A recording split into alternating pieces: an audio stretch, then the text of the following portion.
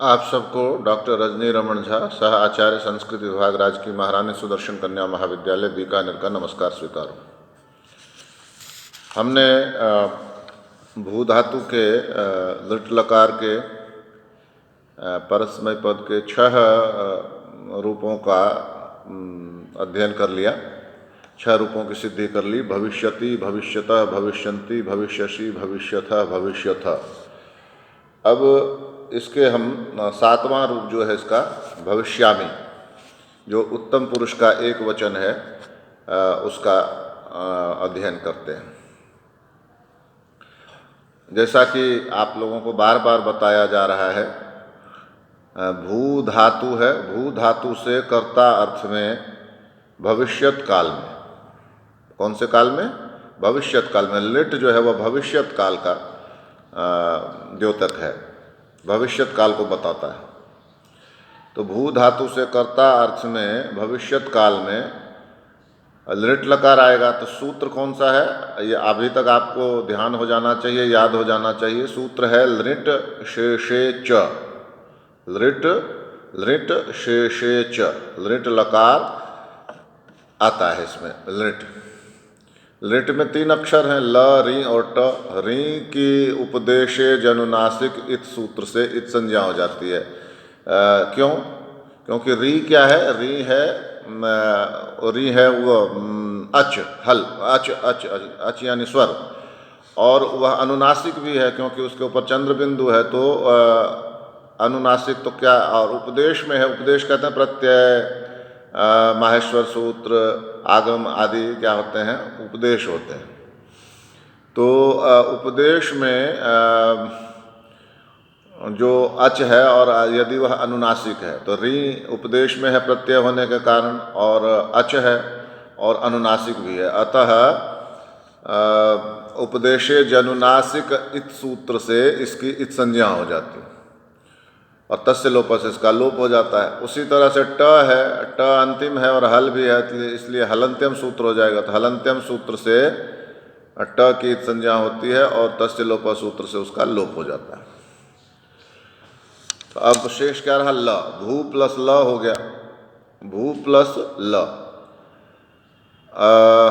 अब इसी ल के स्थान पर ही सारे प्रत्यय आते हैं। वो तिप्त जी सिप्त समीप वस्मस जो भी बताया गया 18 प्रत्यय, ये सब ल के स्थान पर आते हैं। तो सूत्र कौन सा है?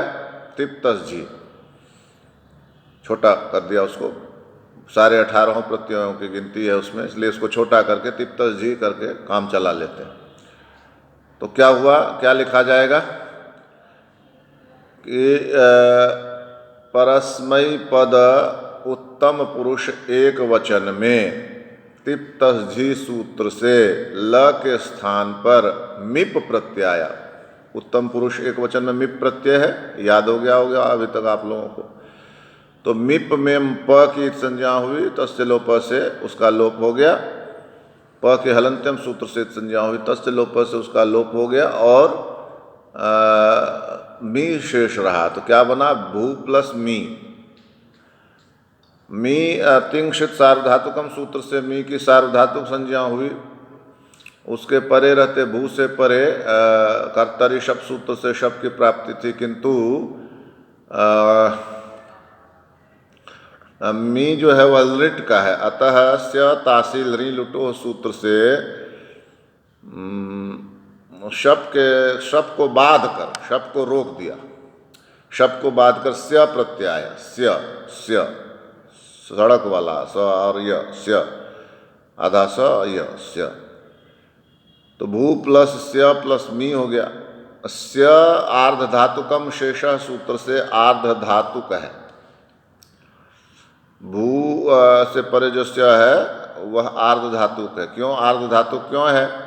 तो कहा कि तिंक्षित सार्वधातुकम सूत्र से सार्वधातुक होते हैं। तो तिंग तिप्तस जी सिप्तस्थ निपस्मस्त आताम झथा साथाम ध्वम इट वही महिंग, ये जो तिंग प्रत्यय हैं ये तो हुए सार्वधातुक। और इसके अलावा शित जो है, शित, इसमें श की संज्ञा होती है, शंकर वाला श, शित की संज्ञा होती है। उसमें उसको भी सार्वधातुक कहते हैं।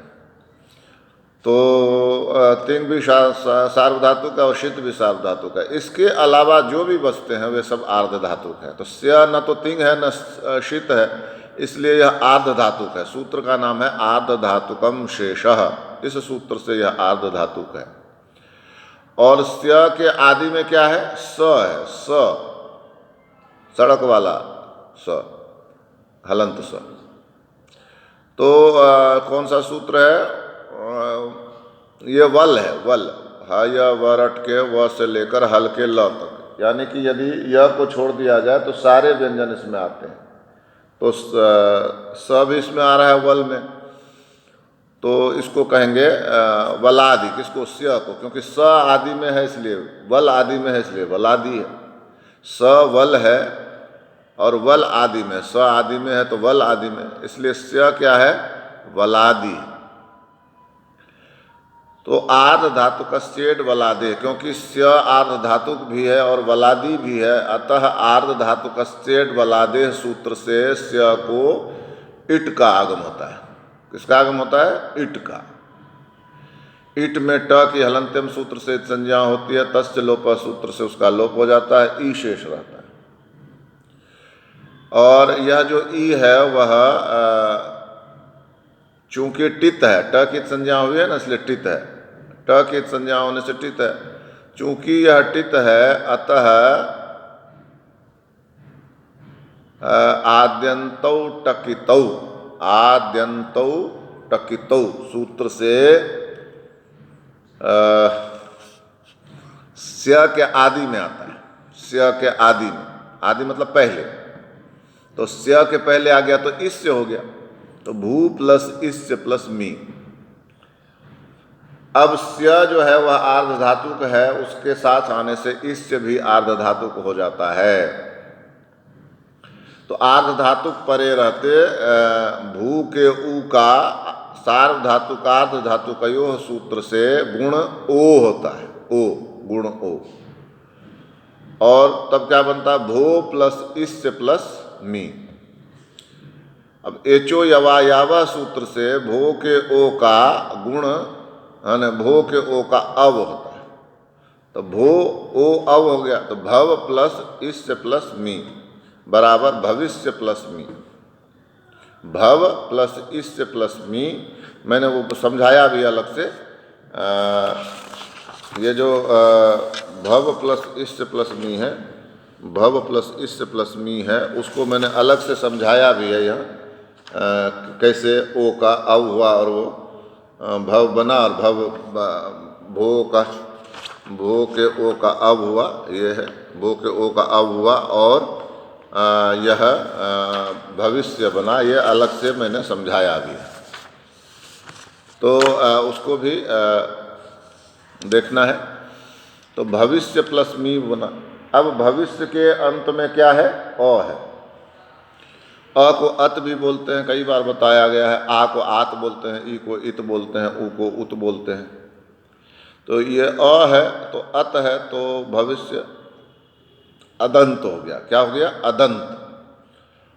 और चूंकि यह अंग है, अंग क्यों है? क्योंकि इसमें प्रत्यय, जिसमें भी प्रत्यय लगता है उसको अंग बोलते हैं। यस्मात् प्रत्यय विधि पूर्वम तदंगम, जिसके पूर्व में प्रत्यय के पूर्व जो है, प्रत्यय के पूर्व जो है, वो नहीं, जो सूत्र वो गलत बोल गया मैं। प्रत्यय के पूर्व जो है, प्रत्ययात् पूर्वम अंगम, प्रत्यय से पहले जो है वो अंग है। तो मी प्रत्यय है और अंग जो है यानी कि भविष्य जो है वो अंग हो गया, क्योंकि मी प्रत्यय अभी है उसमें, उसके आगे मी प्रत्यय है, उससे पूर्व भविष्य है, तो अंग भी हो गया। तो भविष्य इस तरह से क्या हो गया? अदंत अंग। अदंत अंग यानी जिसके अंत में अ है और जो अंग है अदंत अंग प्लस मी, भविष्य प्लस मी, तो भविष्य हो गया अदंत अंग। अब मी जो है, मी में दो अक्षर है, म और ई। प्रारंभ में क्या है? म, फिर उसके बाद क्या है? ई। तो म को यय में गिना गया। यय यय यय क्या हुआ? है वरट के य से लेकर झभय के य तक, है वरट के य से लेकर झभय के य तक यय होता है। तो यय हो गया। अब यय जब हुआ तो मी को क्या कहेंगे? ययादि प्रत्यय। मी को क्या कहेंगे? ययादि प्रत्यय। तो अदंत अंग से परे यदि ययादि प्रत्यय हो तो अतो दीर्घो यहीं और अलो अंत्य से दो सूत्र आते हैं, वे जो अंतिम अ है उसका दीर्घ आ कर देते हैं। तो भविष्य के अंत में अ है, य के आगे अ है, उसका दीर्घ आ कर देंगे। तो दीर्घ आ कर देंगे तो क्या हो जाएगा? भविष्या। यह भी मैंने समझाया, यहाँ नीचे समझाया है इसको भी। भविष्य के अ का आ कर दिया, अ का आ कर दिया, दीर्घ आ, तो क्या हो जाएगा? भविष्या प्लस मी। तो मिलाने पर क्या हो जाएगा? भविष्यामी। अब ये हो गया भविष्यामी, लेकिन अभी रूप क्या है? भविष्यामी, षटकोण वाला श, भविष्यामी मूर्धन्य श। तो अभी वो नहीं हुआ, तो इसके लिए प्रत्यय आता है आदेश प्रत्ययोः। सूत्र आता है आदेश प्रत्ययोः। यह क्या कहता है कि कहता है यदि प्रत्यय में स हो, क्या हो? प्रत्यय में स हो, और वह इण के बाद ई उ री री ए ओ ऐ औ ह य व र ल इतने के बाद हो, इण प्रत्याहार के परे हो, तो उस स का श हो जाए। स दंत स का श मूर्धन्य श हो जाए। सड़क वाले स का षटकोण वाला स हो जाए। तो अब यहाँ भविष्य में जो दंत स है, सड़क वाला स है, उसका क्या हो गया? मूर्धन्य श हो गया। मूर्धन्य श मतलब षटकोण वाला श हो गया। षटकोण वाला श होने से क्या हो गया? भविष्या प्लस मी बराबर क्या हो गया? भविष्यामी। भविष्या प्लस मी बराबर भविष्यामी। एक तो ऐसे भी कर सकते हैं, दूसरा सीधे भविष्यामी पहले कर लें और बाद में भी कर सकते हैं। स का आदेश प्रत्ययो सूत्र से भविष्यामी के स का श हुआ, तो वो भी भविष्यामी, अगला रूप भविष्यामी हो जाएगा। इस तरह से हम भविष्यामी रूप की सिद्धि करते हैं। तो अब इसमें जो मुझे लगता है कि आपको यहाँ थोड़े से और अधिक समझने की आवश्यकता है, तो वो मैंने अलग से बताया है इसमें कि भ का जो ऊ है उसका ओ हो गया, और ओ का जो अव हुआ तो भव कैसे होगा? तो ओ भ ओ भो है, हलंत भ और ओ भो है, तो ओ के स्थान पर अव हो जाएगा। तो अब जो है, अब का अ तो जाकर भ में मिलेगा, तो पूरा भ हो जाएगा। और वह हलंत है ही भव प्लस इस्य प्लस मी। तो भव का जो वह है उसमें इस्य का ई मिल जाएगा, भविष्य प्लस मी। तो ये हुआ पहला। दूसरा हुआ कि भविष्या कैसे बना? तो आपको बताया कि भविष्य के अंत में जो अ है और उधर मी यय प्रत्यय है, तो इस अ का अतो दीर्घो यही सूत्र से आ होता है। तो भविष्य के भविष्य हलंत य और अ है भविष्य, और इस अ का दीर्घ आ हो जाएगा। अ का दीर्घ आ हो जाएगा। तो भविष्या प्लस मी बराबर भविष्यामी। अब ये जो भविष्यामी है उसमें जो स है, सड़क वाला स, उसको भविष्यामी सड़क वाला जो स है उसको आदेश प्रत्ययोः सूत्र से क्या हो जाएगा? षटकोण वाला श, मूर्धन्य श हो जाएगा। तो ये मूर्धन्य श होने पर क्या हो जाएगा? भविष्यामी। भविष्यामी स का श हो गया ना, तो जो भविष्यामी था वह भविष्यामी, और हमारा जो अभीष्ट रूप था भविष्यामी, उसकी सिद्धि इस तरह से हो जाती है। मैं आशा करता हूँ कि आप लोग इसको समझ रहे होंगे। और नहीं समझ रहे होंगे मान लीजिए, तो कहाँ नहीं समझ रहे हैं, यह आपके द्वारा मुझको पूछा जाना चाहिए।